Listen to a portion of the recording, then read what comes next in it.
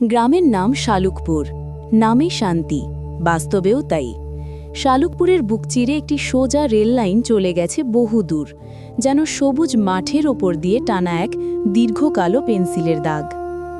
লাইনটা এতই সোজা যে দুপুরবেলায় তার ওপর তাকালে চোখে ধাঁধা লাগে, মনে হয় যেন আকাশ আর মাটির কোণে গিয়ে দুটো পাত একসাথে মিশে গেছে। এই রেললাইনটা কেবল ইস্পাত আর পাথরের সমষ্টি নয়, এটি গ্রামের অলিখিত সীমান্ত, খেলার মাঠ আর অজস্র গল্পের জন্মস্থান। আর এই গল্পের প্রধান চরিত্র হল 10 বছরের অন্তু। অন্তু আর তার বন্ধু রতন রোজ বিকেলে স্কুলের ব্যাগ টাঁধে রেখেই সোজা রেললাইনে ছুটে আসে।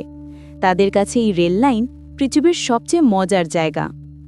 রেললাইনের ওপর কান পেতে দূর থেকে আসা ট্রেনের গর্জন শোনা, রেলের স্লিপারে বসে বাদাম খাওয়া আর লাইনের দুপাশের কাশবন বা সর্ষে খেতে লুকোচুরি খেলা, এটাই তাদের দুপুরের রুটিন। রেললাইনের ঠিক পাশেই একটা পুরনো কুল গাছ, গাছটায় হাত বাড়ালেই কুল পাওয়া যায়। তবে গ্রীষ্মকালে সেটা হয় অন্তু আর রতনের প্রিয় বিশ্রামস্থল। সেদিনও দুজন গাছের শীতল ছায়ায় বসেছিল। হঠাৎ রতন দীর্ঘশ্বাস ফেলে বলল, জানিস তো অন্তু, আমার মনে হয় এই লাইনটা পৃথিবীর শেষ প্রান্ত পর্যন্ত গেছে। অন্তু মাথা নাড়ে, ধুর, শেষ প্রান্ত কেন হবে? আমার বাবা বলেছেন এই লাইনটা নাকি অনেক দূরে একটা বিশাল সমুদ্রের পাশ দিয়ে গেছে, সেখানে বড় বড় জাহাজ দেখতে পাওয়া যায়। রতন অবাক হয়ে তাকায়। তাই যদি হয়, তবে এই সোজা লাইন ধরে হেঁটেই একদিন আমরা সমুদ্র দেখতে যাব, কি বলিস? অন্তু কুল চিবোতে চিবোতে চোখ টিপে বলে, নিশ্চয়ই যাব।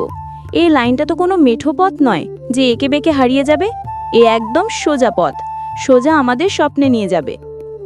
আসলে রেল লাইন শালুকপুরের মানুষের কাছে কেবল যাতায়াতের মাধ্যম নয়, এটি গ্রামের স্বপ্ন দেখার পথ। কৃষকেরা সকালেই রেল লাইন ধরে হেঁটেই দূরের মাঠে যায়, গ্রামের বুড়োরা বিকেলে রেল লাইন ধরে হাঁটতে হাঁটতে গল্প করে, আর অন্তর্মতো ছোটরা এই লাইনের ওপর নিজেদের ভবিষ্যতের ছবি আঁকে। এই সোজা পথটার দিকে তাকিয়ে তারা ভাবে, জীবনের পথও যদি এমন সরল হতো। সেদিন সন্ধ্যায় ট্রেন আসার সময় হলো। দূর থেকে ট্রেনের হুইসেল শোনা গেল। অন্তু আর রতন কুল গাছের ডাল থেকে নেমে রেললাইনের পাশে গিয়ে দাঁড়ালো। অন্ধকার ভেদ করে আলো ঝলমালে ট্রেনটি তীব্র গতিতে শালুকপুরকে পেরিয়ে গেল। ট্রেনের ভেতরে শত শত অচেনা মুখ এক ঝলকে দেখা গেল। সেই মুখের দিকে তাকিয়ে অন্তুর চোখবুটো চিকচিক করে উঠল। রতন ফিসফিস করে বলল, দেখ, ওরা সব সমুদ্র দেখতে যাচ্ছে, আমরাও একদিন যাব। অন্তু হাসল। তার চোখে এখন কেবল সেই সোজা রেল লাইন, যা গ্রামের সবুজ প্রকৃতির মাঝখান দিয়ে চলে গেছে। সে জানে এই সোজা পথটাই একদিন তাকে গ্রামের গণ্ডি পেরিয়ে তার স্বপ্নে পৌঁছানোর সাহস দেবে।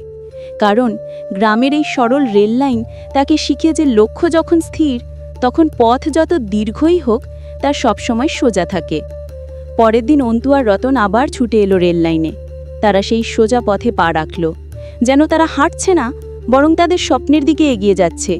তাদের চোখে সমুদ্র দেখার অদম্য জেদ, আর পায়ের নিচে শালুকপুরের সোজা প্রকৃতির মাঝে বিছানো সেই ইস্পাতের পথ।